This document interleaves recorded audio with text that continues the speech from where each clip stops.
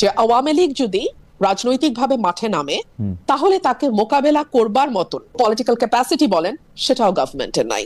প্রথমে আপনার কাছে যেটা জানতে চাই যে আপনি দীর্ঘদিন বিএনপির রাজনীতি করেছেন, এখন বলা উচিত বেশ কিছুদিন ধরে আপনি আসলে বিএনপির যে রাজনৈতিক কর্মসূচি বা সরকারে আসার পরে যে বিএনপি তাকে আপনি সমালোচনা করছেন, মানে তীব্র সমালোচনাই করছেন। আপনার কি মনে হয় যে বিএনপির রাজনীতি যে আপনি এর আগে করেছেন বা এতদিন করেছেন সেটা কি ভুল ছিল? আমি বিএনপির নানান রকম চাঁদাবাজি, দুর্নীতি, এলাকায় প্রভাব বিস্তারের জন্য নানান রকম অপকর্ম, এই সকল কিছুর বিরুদ্ধে কথা বলেছি। সো আমার নিজের কাছে মনে হয় যে আমি সবসময় আমার নিজের কাছে সৎ থাকবার চেষ্টা করেছি। সো এই সৎ থাকতে গিয়ে আমি হয়তো স্টাবলিশমেন্টের বিরোধিতা করেছি, তখন এখন স্টাবলিশমেন্টে যখন যে থাকে দেখা গেছে কথাগুলো তার পছন্দ হয়নি। ব্যাপারটি আসলে এতটুকুই। যে এখনকার বিএনপি কি আগের বিএনপির চেয়ে আলাদা? মানে সরাসরি আলাদা কোথায় আলাদা বলতেন? বিএনপির আসন পরিবর্তন হয়ে গেছে। তখন বিএনপি ছিল শোষিতের আসনে, এখন বিএনপি হয়ে গেছে শাসকের আসনে। আমি যদি শোষক নাও বলি, সার্টেনলি বিএনপি শাসকের আসনে। এবং যেহেতু আমি একজন স্বতন্ত্র সংসদ সদস্য, আমি কোনো দলের সংসদ সদস্য না, সুতরাং আমার কিন্তু ক্রিটিক করার ব্যাপারে আমার কোনো বাধা নাই। আমি এই সুযোগে আপনাকে এটাও বলি, আপনি আমার চেয়ে ভালো জানবেন বাংলাদেশের সংবিধান 70 অনুচ্ছেদ সংশোধন না করেও যে কোনো বেসরকারি সদস্য অর্থাৎ মন্ত্রীর বাইরে যতজন পার্লামেন্ট মেম্বার আছেন যারা কেবলমাত্র এমপি, যেই দল থেকে আসুক না কেন, তারা কিন্তু সরকারের সমালোচনা করতে পারে।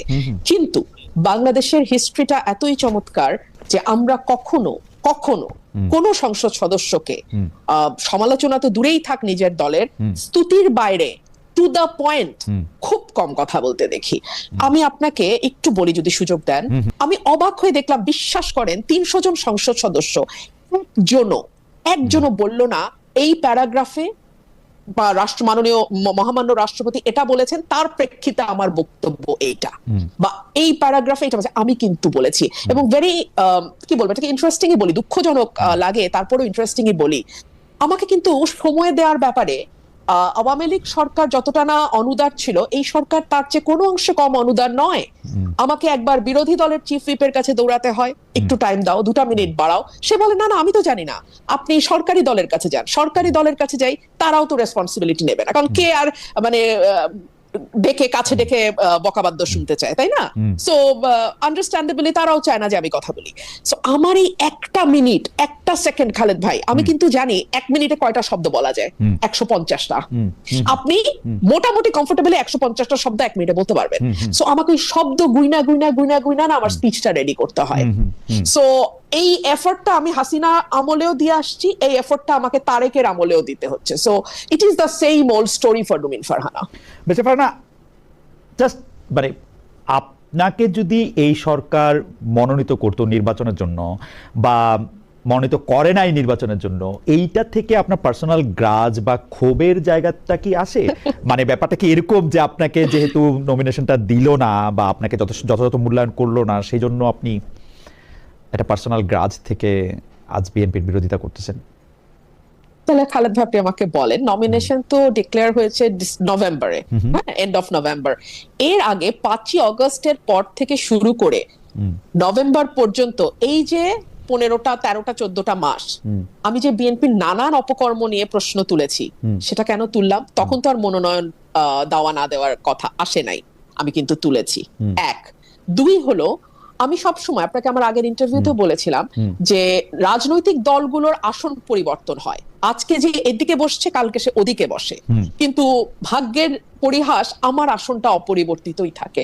আমি সবসময় অপ্রেসড মানুষের পক্ষে কথা বলি, যে কারণে যখন বিএনপির নেতাকর্মীদের যেভাবে মামলা হামলা, মিথ্যা মামলা, গায়েবী মামলার মধ্যে দিয়ে যেতে হয়েছে, আজকে যখন আমি দেখি একই কায়দায় এফআইআর এর মধ্যে সেম অ্যালিগেশন, 25টা 30টা এফআইআর দেখি, একই অ্যালিগেশন, শুধু নাম পরিবর্তন হচ্ছে, 500 জন আসামি, তার মধ্যে ধরেন শিরিন শারমিন চৌধুরী খুনের মামলা, মানে উইচ ইজ অ্যাবসার্ড।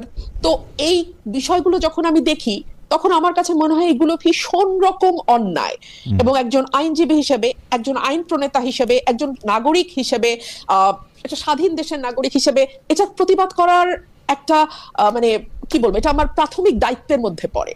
এখন এটার বেনিফিট শিরিন শারমিন চৌধুরী পাচ্ছে না এটার বেনিফিট তারেক রহমান পাচ্ছে, এটার চেয়ে অনেক বেশি গুরুত্বপূর্ণ হচ্ছে অন্যায়টার বিরুদ্ধে আওয়াজ তোলা। মানে একটা আওয়াজের বাইরে তো আসলে আমার মতন সামান্য একজন সংসদ সদস্য কিছু করতে পারে না, এর চেয়ে বেশি কিছু করার আসলে আমার নাই, আমার ক্ষমতা নাই, কিন্তু আওয়াজটা তো আসলে তোলা দরকার। যুক্তরাষ্ট্রের সঙ্গে যে বাণিজ্য চুক্তিটি হয়েছে, অন্তর্বর্তীকালীন সরকার যে 3 দিন আগে বাণিজ্য চুক্তিটা করলো, যেটার মধ্যে থেকে আমি অন্তর্বর্তীকালীন সরকারের যিনি মুখপাত্র ছিলেন সেই শফিক সাহেবকে জানতে চাইলাম। শফিক সাহেব বললেন যে এটা যে কোনো সময় এটা বাতিলও করা যেতে পারে, কিন্তু সরকার এটিকে রাখলো। শুধু না, যিনি এই চুক্তিটি করার কৃতিত্ব বেশি দাবি করতে পারেন তাকে আবার এই সরকারের মন্ত্রীও করা হলো। সবকিছু নিয়ে আপনি এইটা একটা সংসদের মাধ্যমে রিভিউ করার একটা দাবি তুলেছেন, এইটার এখন কি অবস্থা? মানে আমার কাছে মনে হয় যে হ্যাঁ এটা হইতে পারে, যেমন শফিক সাহেব বলতেছেন যে চুক্তিটা খুবই ভালো, ব্যারিস্টার ফুয়াদও বললেন যে হ্যাঁ ইন্ডিয়ার ইয়া থেকে বাইরে হয়ে আমেরিকার ইয়া খুবই ভালো। আমি বললাম ভালো হলে ভালো, কিন্তু আপনার দাবিটা তো খুব যুক্তিযুক্ত যে সংসদের মাধ্যমে রিভিউ করার দাবি। এই দাবিটার ক্ষেত্রে আপনি খালি দাবি তুলতে পারেন, মানে এই রিভিউটা একজন সংসদ সদস্য হিসেবে আপনিও করতে পারেন কিনা, মানে আপনিও এইটা আসলে টেবিলে দিতে পারেন কিনা, বা এটা আপনি কিভাবে চান, বা এটা কিভাবে হতে পারে? খালেদ ভাই, আমি দীর্ঘ সময়ে এটা নিয়ে ভেবেছি যে আমাদের আর্টিকেল 145A অনুযায়ী সংবিধানের যে কোনো বিদেশি চুক্তি যদি সেটা গোপনীয় না হয়ে থাকে সংসদে প্রেজেন্ট করতে হবে, কিন্তু আনফরচুনেটলি সংবিধানের এই ধারাটা আমরা কেউ দেখেও দেখি না। এক, দুই হলো এই চুক্তিটি ভয়ানক বিতর্কিত একটি চুক্তি দুটি কারণে। এক হচ্ছে একটা অনির্বাচিত সরকার নির্বাচনের 3 দিন আগে তড়িঘড়ি করে এরকম একটা চুক্তি করতে পারে কিনা। দুই, এরকম একটা চুক্তি যেটা ট্যারিফ কমানোর নামে করা হলো, সেই ট্যারিফটাই কিন্তু বাতিল হয়ে গেছে যুক্তরাষ্ট্রে। তো সেই ট্যারিফটার উপরে না, ট্যারিফ কমানোর যুক্তিতে যেই চুক্তি করা হলো নির্বাচনের মাত্র 3 দিন আগে, সেটা একটা রিভিউ হওয়া দরকার না সংসদে? এইবার আসেন আমার ক্ষমতা প্রসঙ্গে। আমি সংসদ মুলতুবি চাইতে পারতাম, কিন্তু ইতিহাস বলে 2-3টা ইনসিডেন্টের বাইরে সংসদ মুলতুবি হয় না। সো আরেকটা থাকতে পারে যে আমরা স্বল্প সময় আলোচনার জন্য 68 বিধিতে আমি নোটিশ দিতে পারতাম, যেটা স্পিকার মিন করেছেন যে আপনি নোটিশ দেন। আপনি জানেন এই নোটিশটা আমার 5 জন সংসদ সদস্যের স্বাক্ষর লাগবে। আপনি আমার বাইরে, আমি আপনাকে আজকে অন রেকর্ড চ্যালেঞ্জ করছি, আপনি আর একটা সংসদ সদস্য জোগাড় করে দেন, একটা, 5টা তো পারবোই না, আমার বাইরে আপনি একটা জোগাড় করে দেন যে সংসদে এই চিঠিটা স্পিকারকে দেবে যে এটা নিয়ে একটা স্বল্প সময় আলোচনা। আমার মনে হয় যে এটা সবারই আসলে একটু মনোযোগ দিয়ে শোনা দরকার। অথচ এখানে সিরিজ অফ লাইজ আছে, যেটার মধ্যে আমি বলা হয়েছে যে ট্যারিফ 37% থেকে 20% বা 19% করছে, কথা সত্য না। এর আগে চুক্তির আগেই সেটা 20% আইসা ছিল, এবং সেই 20% নিয়েও আসলে কোর্ট একটা অর্ডার দিয়ে রাখছিল, এটার মধ্যে কোনো টাইম বাউন্ড ছিল না, এবং এইটা মিথ্যার পর মিথ্যা বলা হয়েছে। এবং আমি আপনার কথা শুনে আমার কাছে মনে হলো যে এই সংসদে যদি আপনি ছাড়া আর একজন না থাকে যে এইটা আসলে স্পিকারের নোটিশে আনতে পারবেন, আমাদের মনে হয় এর চেয়ে বড় দুর্ভাগ্য আর কিছু হতে পারে না। মানে মার্কিন যুক্তরাষ্ট্রের সাথে এরকম একটা চুক্তি, যে চুক্তিটার সাথে আসলে জামাতে ইসলামী এবং বিএনপি দুইজনের সাথে আসলে কথা বলছে, মানে ভালো চুক্তি, তো ওনারা দুজন এটাকে ভালো বললেই পারে। আমি আপনাকে আরো খোলামেলা বলি, আমার কপালই হলো শত্রু তৈরি করার কপাল, বুঝছেন খালেদ ভাই? আমি আরেকটু শত্রু তৈরি করি। বিএনপি এটাকে আনবে না, আপনি তো বুঝতেই পারতেছেন। হ্যাঁ, কারণ আনবে না, কারণ যেটাও বিএনপি আনবে না, এটা তো বুঝতেই পারতেছেন। জামাতে ইসলাম পাগল হয়ে যেতেছে জুলাই সনদ নিয়ে। জুলাই সনদ বাস্তবায়ন করলে খুবই ভালো হবে।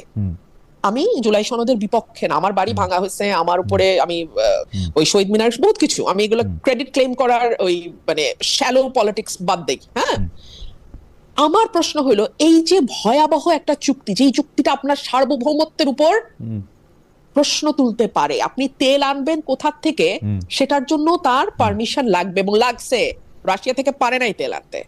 আচ্ছা, আপনি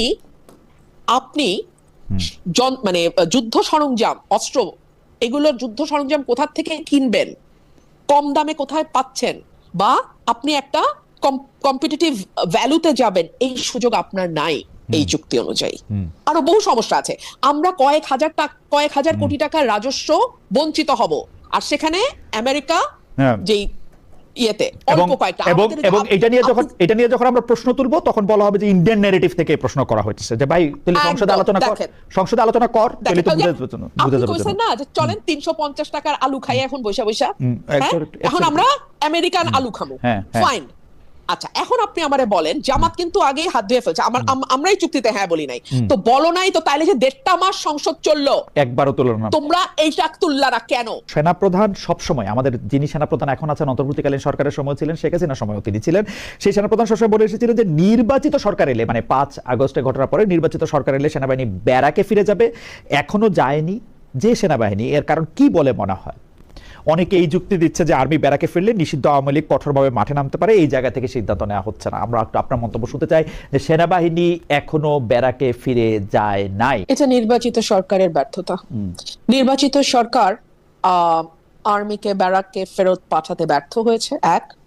2 হচ্ছে নির্বাচিত সরকার স্বীকার করে নিচ্ছে যে বাংলাদেশের আইন শৃঙ্খলা পরিস্থিতি ঠিক রাখা, মানে অ্যাটলিস্ট লিভেবল রাখা, বাংলাদেশের আইন শৃঙ্খলা পরিস্থিতি 5 আগস্টের পর ঠিক বলাটা খুবই মানে ভুল হবে, হ্যাঁ, লিভেবল বাংলাদেশ রাখা, সেই ক্যাপাসিটি, সেই কম্পিটেন্স গভর্নমেন্টের নাই। 3 হচ্ছে এই সরকার একই সঙ্গে এই বার্তাও দিচ্ছে বিরাট সাফল্য, সো সেখানে একটা নতুন গভর্নমেন্ট, বাংলাদেশে কোনো যুদ্ধ হয় নাই, নাম্বার 1। নাম্বার 2, বাংলাদেশ কোনো ওয়ার অবস্থায় এখন নাই, আগেও হয় নাই, এখনো নাই।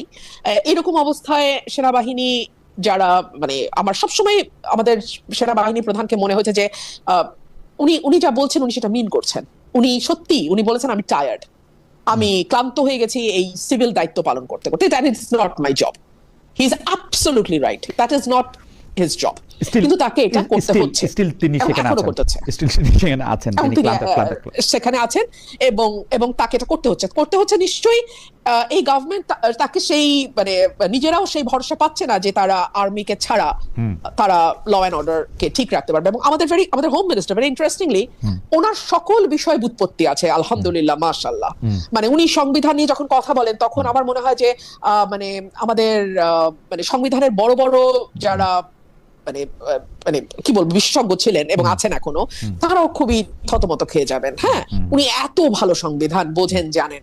মানে উনি যদি একটু মাটিতে নেমে এসে, মানে সংবিধানের বইয়ের থেকে মাটিতে নেমে এসে আইন শৃঙ্খলাটার দিকে একটু তাকাইতেন, যদি মবের দিকে একটু নজর দিতেন, যদি ওনার দলের নেতা কর্মীদের চাঁদাবাজি এবং এলাকায় এলাকায় যে দখলদারিত্ব সেটার দিকে নজর দিতেন, কিংবা ধরুন এই যে হরে দরে কশ্যপ গোত্রের মতন মামলা হচ্ছে হরে দরে, হ্যাঁ, সেগুলোর দিকে একটু মানে নজরদারিটা বাড়াইতেন, তাহলে হয়তো মানে আর্মি ব্যারাকে ফিরে যেতে পারতো, তাহলে হয়তো বাংলাদেশের মানুষ আরেকটু পিসফুলি ঘুমাইতে পারতো, তাহলে হয়তো যারা কোনো দল করে না তারা আরেকটু বেশি নিরাপদ বোধ করতো। আমার কাছে এটাই মনে হয়। মব নিয়ে যখন কথা বললেন তখন আমি, আমার মনে আছে যে আপনার সঙ্গে ঢাকায় যখন আমার কথা হয়েছিল, সাক্ষাৎকার আপনি বলেছিলেন যে অন্তর্বর্তী, আমি আপনাকে কোট করছি, অন্তর্বর্তী সরকারের কোনো অংশের ইন্ধনেই একটি শক্তি মাঠে ছিল যারা মবের মাধ্যমে অরাজক পরিস্থিতি তৈরি করত। গত 17 মাসে কয়টি মব ভাঙা হয়েছে, কয়টি মাজার ভাঙা হয়েছে, এই একসময় এগুলির হিসাব রাখা কঠিন হয়ে পড়েছিল। কিন্তু আমরা কিন্তু এই অন্তর্বর্তী সরকার চলে যাওয়ার পরও একই রকম ঘটনা দেখছি, একই রকম ঘটনা পাচ্ছে। আপনি ডক্টর ইউনূসের আমলে মবের পেছনে অন্তর্বর্তী সরকারের কোনো অংশের ইন্ধনের কথা বলছিলেন, এখনকার ঘটনা এই সরকারের কোনো অংশের ইন্ধন কি দেখেন? আমি আওয়ামী লীগের প্রত্যেকটা নেতা কর্মী বলবো, আপনাদের যা নির্যাতিত যারা, কারা মেরেছে, কারা নির্যাতন করেছে, কারা অত্যাচার করেছে, তাদের নাম ঠিকানা সব কিছু তালিকা করেন, সমস্ত তালিকা করে পাঠান। দিন একভাবে যাবে না, দিন আসবে, প্রতিটি রক্তবিন্দুর হিসাব নেওয়া হবে। মুক্তিযুদ্ধের বিরুদ্ধে এত রাগ কেন? দেশটা স্বাধীন না হলে জিয়াউর রহমান মেজরই থাকতো, মেজর জেনারেল হতো না।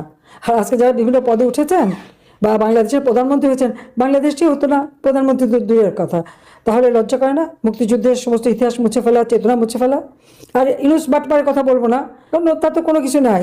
সে তো এই বাটপাড়ি করে সারা বিশ্বে তার একটা মানে মিথ্যা ভাবমূর্তি তৈরি করেছে। এখন তো তার যে সে যে একটা খুনি, দুর্নীতিবাজ, সে যে একটা বাটপার, এটা আজকে প্রমাণিত সত্য। তা এখানে আওয়ামী লীগের প্রত্যেকটা নেতা কর্মীকে জনগণের পাশে দাঁড়াতে হবে। সব কিছু আজকে ধ্বংস করে দিয়েছে, আজকে অর্থনীতি ধ্বংসপ্রাপ্ত। যে পাকিস্তানের লোকরা একসময় বলতো যে আমাদের বাংলাদেশ বানিয়ে দাও, আজকে সেই পাকিস্তান উঠে গেছে আর আমরা নিচে নেমে গেছি। এবং এটা যে পরিকল্পিতভাবে করা হলো। আমরা বিজয়ী জাতি, 1971 সালে আমরা বিজয় অর্জন করেছি, সে বিজয়ের ইতিহাস মুছে দিয়ে পরাজিতদের পা চাটতে যাচ্ছে এরা। কাজে এদের চেহারাটা চিনে রাখেন, ইনশাআল্লাহ দিন আসবেই। আর আমি যখন আছি বেঁচে, অবশ্যই আল্লাহ সেই সুযোগ দেবে, এ বিশ্বাস আমার আছে। তো সবাই ভালো থাকেন, সুস্থ থাকেন। যারা এখানে অসুস্থ বা নাই তাদের চিকিৎসার ব্যবস্থা করতে হবে, আর যারা সব কিছু হারিয়েছে তাদের পাশে দাঁড়াতে হবে। সবাই এক হয়ে কাজ করতে হবে। আমি এটুকু বলবো যে আজকে যে অবস্থার সৃষ্টি হয়েছে, এই যে শত শত শিশু যে মারা গেল, এর জবাব ইউনূস এবং তার উপদেষ্টা তাদেরকে দিতে হবে। কেন ভ্যাকসিন কেনে নাই, কেন টিকা কেনে নাই? যারা এভাবে সন্তান হারিয়েছে তাদের কষ্টটা ওরা বোঝে না। আমি তো টাকা রেখে এসেছিলাম, সব টাকা মেরে খেয়েছে।